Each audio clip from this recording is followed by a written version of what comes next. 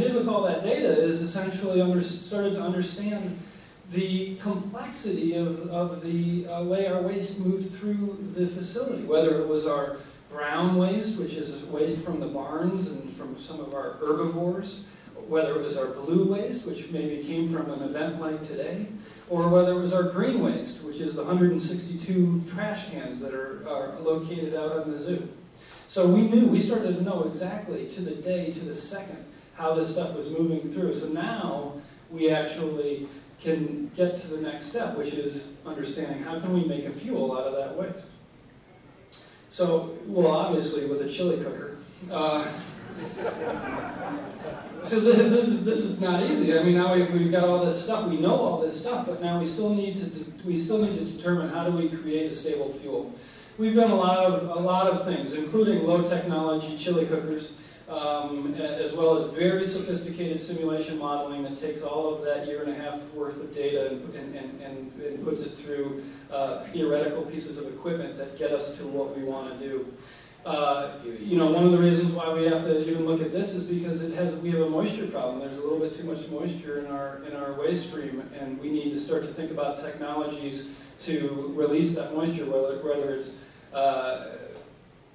chili cookers or squeezers, but or both, and I think we will see. But obviously, this is something that some people have not figured this out as it relates to a facility like this. We are well on our way. I can tell you right now into creating stable fuel from our waste stream. One of the things that did is it made us think about not just what was in our dumpsters. We had our head in the dumpster for a while. And we realized we need to get our head out of the dumpster. And we started to think about everything we buy becomes waste, becomes fuel. So we need to think about what we buy. And we came up with an idea that looked at some of the basic things that you would think about, like cost, but also some of the things that you would need to think about as a facility if you wanted to use gasification, which would be, well, is the things that we buy viable as a fuel? And maybe for bonus points, is the company we're buying it from green or not green? Is this a green product? So now we have these 3 factors of sustainability that we can look at all of our purchasing decisions, and including, and we like to use this idea of pens. I mean, we will look at everything, not only the hay that we feed our elephants, but the pens that we use in our office. Where did it come from? What's the manufacturer like? Does that pen have a piece of metal on it that we don't want in our waste stream? So we've created a piece of proprietary software that actually is starting to do this for us. So gasification has taken us into some realms that we hadn't imagined we might go as a zoo. So very exciting opportunities for us. So what are we going to do with that? We're going to have a gasification waste management facility in the operational area behind the elephant barn here in Asian Tropics. We're going to first take hot water that we produce out of this process and move it through a boiler plant. We're going to create 3 hot tubs inside of that 700,000 gallons of water for our elephants and rhinos and tapirs. We think they'll enjoy that very much. We're also going to heat the major buildings on the facility. The 20,000 square foot elephant barn, the 11,000 square foot rhino barn, etc. are going to be heated with hot water heat that we generate from our waste stream. And we're going to take the electrical energy that's produced and run the filtration system and the pumps that move the water in this system. We'll probably have some surplus energy and we'll kick it right back into our buildings. So, very exciting opportunity. Any guesses on pounds of waste per year we remove through the zoo? Anyone? Spencer? Henry? Come on. No guesses? All right. 3 million pounds of waste go through this facility every year. It's a lot of stuff. Elephant waste with Asian Tropics, over 700,000 pounds. So we really are talking in significant numbers in order to make this process work. A big day in July, we might run 15,000 pounds through this facility in one single day from all of those dumpsters that need to be mixed, dried, squeezed, produced into fuel. One of the most exciting things about this is, other than getting all of this electrical energy and hot water energy, we have a real opportunity to do something that's important that we may not have been thinking about at the beginning, and that's keeping 1.5 million pounds of waste that currently goes to landfill right now out of landfill. It will never go. Things will come to the zoo and they'll stay here. So some of our benchmarks, some of the things we're looking for, we hope to process over 90% of our waste stream on site, create over 200 kilowatts of power and over 500,000 BTUs per hour of hot water.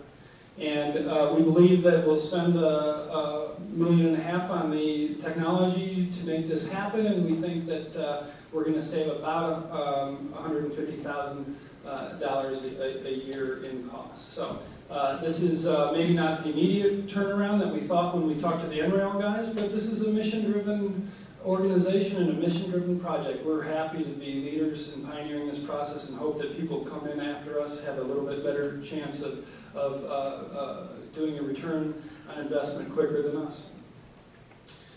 So just really quickly, I know I'm running out of time, but I wanted to share an exciting thing. Craig, a couple of months ago, literally probably 3.5 months ago, 4 months ago, we're sitting in a room, he said, after all of this, because I've been talking about this and I got these charts and everything, and isn't that cool? He said, well, can you build one? And I thought about it for a second. I said, yes. And so we decided to build a prototype, a small one, something that we could use as a demonstration so that I could show you gasification. Instead of doing it in charts, I could actually show you gasification. And we modeled it up here in the computer and kind of figured it out and scratched our head. And we only had 2 months. We wanted to launch it for Do at the Zoo, which is our big fundraising event. And I'll tell you, it was hairy every day towards the end, trying to get this thing going. But you can tell it started to develop into this kind of Frankenstein gasifier, and a very exciting night on June 18th this year. We actually had it running, generating energy and hot water out of the event, running lights, and you can see here we're making margaritas. So this is really important technology. So we're proud to say that we really believe that we have come very far in a short amount of time, and that we are proud to be leaders in this technology. So finally, just to give you an idea, we think it's going to take a couple of years to construct Asian Tropics. It's a big project, obviously. We believe the estimated cost of the Asian Tropics to be around $15 million, and we're going to know that pretty soon here, actually. We have just put out requests for qualifications and soon to put out an RFP for contractors to give us actual proposals and actual numbers, and I'll know for sure exactly how much it's going to cost, but we're excited about that. We hope to start construction this year, and we're still raising some funds and trying to finish up our fundraising for this exciting project, but we're very excited to hopefully get a shovel on the ground yet this year. So I know I've elapsed my time by 2.5 minutes, but if there's any questions I can answer now before we break, and if we can't get to any, I will certainly do them afterward. Yes, ma'am. Absolutely. So the question is the gasification something we could share with other facilities? And the answer is absolutely yes, and not just zoos. I mean, we think here in town we'll partner with other people who want to be involved, maybe giving us their waste stream, like the museum up the hill here. But also the technology and the process we feel is applicable to other facilities and other industries, whether it's a college campus or an amusement park or a ski resort or you name it, someone who has a diverse waste stream and wants to create combined heat and power out of that waste stream. We've done a lot of work that we think is valuable to those folks applying that to themselves. Yes, ma'am?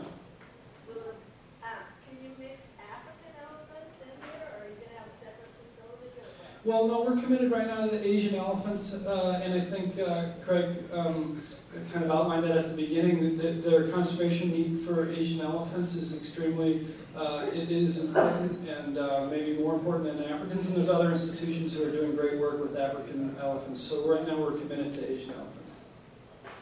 Yes, sir? Question about elephant behavior. With all the corridors and different environments where they can wander, or maybe they can't, do you count on time of the day for them to find their way certain ways, or do you actually expect to herd them through this various areas? Well, that's a great question. It's a question about kind of elephant management within these facilities.